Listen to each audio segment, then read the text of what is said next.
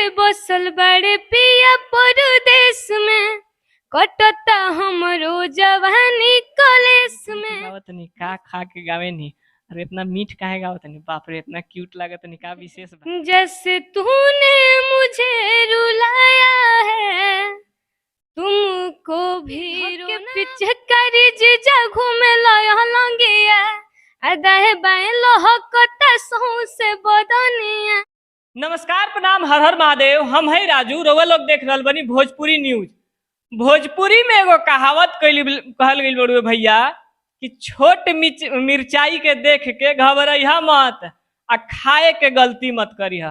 काहे ई बात बोल रहल बनी, काहे से कि पतरकी मिर्चाई बहुत खैले हो खब लोग गांव में, छोटका छोटका। वही सिलसिला में ई शख्स देख रहल बनी नु, कहीं ना कहीं मिर्चाई नियर बानी। इनके बारे में तो बतेबे करब। सबसे पहले आई इनकर स्वागत करते नहीं भोजपुरी न्यूज लाइव पर। सबसे पहले कैसन बानी अंशु बाबू? हम ठीक बानी, रवा किशन बानी? मनियो ठीक बनी जा। और सब बताई का विशेष गुरु गलिया पर पूरा अबीर तबीर लगेले बनी, मर होली लिखलिए का भरदम। जी जी बिल्कुल, अभी होली के शूट चल रहा था, फागुन के महीना आवता है तो होली के शूट चला था हमनी के, तो शूटे पे बानी जाए।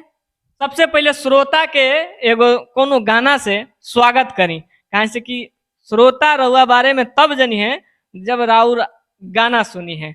तो 2 लाइन पहले दर्शक के गाना कोनो। जी जी बिल्कुल, अभी हमारे कुछ जौन राउर आवाज में होखे। जी बिल्कुल, अभी हमारे कुछ दिन पहले एगो सॉन्ग आयल रहा कि 2 साल से बसल बड़े पिया परदेश में, कटता हमरो जवानी कलेस में। 2 साल से बसल बड़े पिया परदेश में, कटता हमरो जवानी कलेस में। खाली ना खाना तोहर जनाना, दुखवा मोर बतलाई हा। हर किरलिया रे सहेलिया रे, हमारा बोला मुआ के ले आई हा। रे लिया रे सहेलिया रे, हमारा बोला मुआ के ले आई हा। सबसे पहले दर्शक जे भी वीडियो के देख रहल बड़ुए, कमेंट में राय देहब कि रउआ लोग जौन अभी अंशु बाबू के आवाज में गाना सुननी हा कैसन लागल हा। काहे हम कहनी हा छोट मिर्चाई, ई गानवा सुन के रउआ लोग के पता चल गई हुई होली के का विशेष आ रहल बड़ुए दर्शक खातिर। विशेष तो बाटे, और बस अभी आज तो शूट चला था, कुछ दिन में रिलीज होई तो पब्लिक लोग खुद ही जान जाए कि का बाटे। अभी खातिर सरप्राइज बस सबके हो खातिर, काहे कि पहला बार होली गईले बानी जा, तो देखिए अब रिलीज होला के बाद गो गाना आ गई बड़ुए अभी तक मार्केट में? राउत मार्केट में अभी 10 गो गाना चला था, और अभी होली के आए वाला बाटे, और अभी कंटिन्यू रही प्रोजेक्ट हमार। अच्छा, इतना मीठ मीठ गावत नहीं, का खा के गावे नहीं, अरे इतना मीठ काहे गावत नहीं, बाप रे इतना क्यूट लागत नहीं, का विशेष बा? विशेष कुछ नहीं के, बस पब्लिक के प्यार बटे, रउआ लोग के आशीर्वाद बटे। का विशेष बड़ू है गलिया में पूरा अबीर उबीर लगेले बनी, का धमाका होखे वाला बा? बस बस होली आवता, होली में चाहता नहीं जा कि कुछ नया धमाका करी हट के थोड़ा, तो ओकरे तैयारी चला था।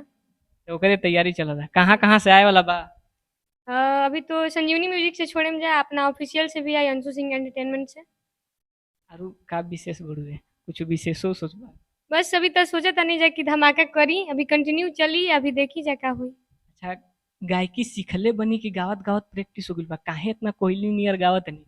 जी थोड़ा मेहनत करे के बाटे, काहे कि गायकी तो सीखे के चीज बा, तो सीखे के ही पड़ी। और बचपन से बाटे हो कहल जाला कि गॉड गिफ्टेड, तो थोड़ा वो भी बाटे, थोड़ा सीखत बानी अभी। कहीं ना कहीं रउआ लोग बलगरीटी के बहुत ज्यादा प्यार और आशीर्वाद देवे नी, और अश्लील गाना खूब सुने नी। अंशु जी के जाई गाना सुनी, कहीं ना कहीं आपके इतना बढ़िया बढ़िया गाना सुने के मिली कि बता नहीं सकत। और का पूछी इनका से, गानवे एगो आरू सुन लियाओ तब चलल जाओ। चलते चलते एगो आरू कोनो गाना से दर्शक के परोसते जाए। जी बिल्कुल, हमारे कुछ दिन पहले एक सॉन्ग आयल रहा, सैड सॉन्ग, जो ना मतलब बहुत अच्छा पब्लिक लोग प्यार दिले बाजा, 100 मिलियन क्रॉस करा था हमारा सॉन्ग। तो गाना के बोल बाटे कि जैसे तूने मुझे रुलाया है, तुमको भी रोना पड़ेगा। तेरे याद में मैं मर जाऊंगी, तेरे बिन मैं ना रह पाऊंगी।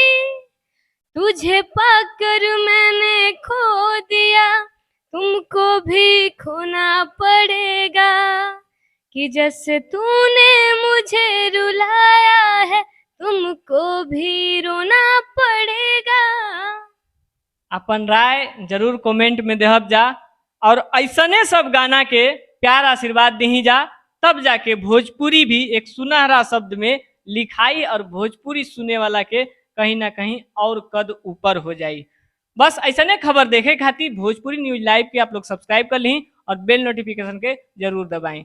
और जब होली के गाना इनकर आवे नो खूब आशीर्वाद प्यार दी। अश्लील उश्लील नहीं नु गइले? ना ना जी, बिल्कुल अश्लील से कोनो रिश्ता नहीं कि हम गायकी करे खातिर आइल बानी, अश्लीलता फैलावे खातिर ना। हम गुजारिश करेम सबके उसे कि अश्लील बंद कर दीजिए। अच्छा एगो होली कोनो सुना देती तब बड़ मजा आ जेत। कहीं ना कहीं होली के खुमार चढ़ल बड़ुए, चलते चलते कोनो होली गीत के साथ छोड़ चली। जी जी बिल्कुल। अभी हमारा गाना आवे वाला बाटे संजीवनी म्यूजिक से। हर के धक्के पीछे करी जीजा घूमे लाया लंगिया, दाएं बाएं लहकता सहू से बदनिया, धक्के पीछे करी जीजा घूमे लाया लंगिया, दाएं बाएं चहकता सहू से बदनिया। बहुत बहुत धन्यवाद अपन कीमती समय देनी। आप लोग के भी धन्यवाद कि पूरा वीडियो देखनी, राय जरूर दे के जाइम और कमेंट और लाइक शेयर जरूर करम।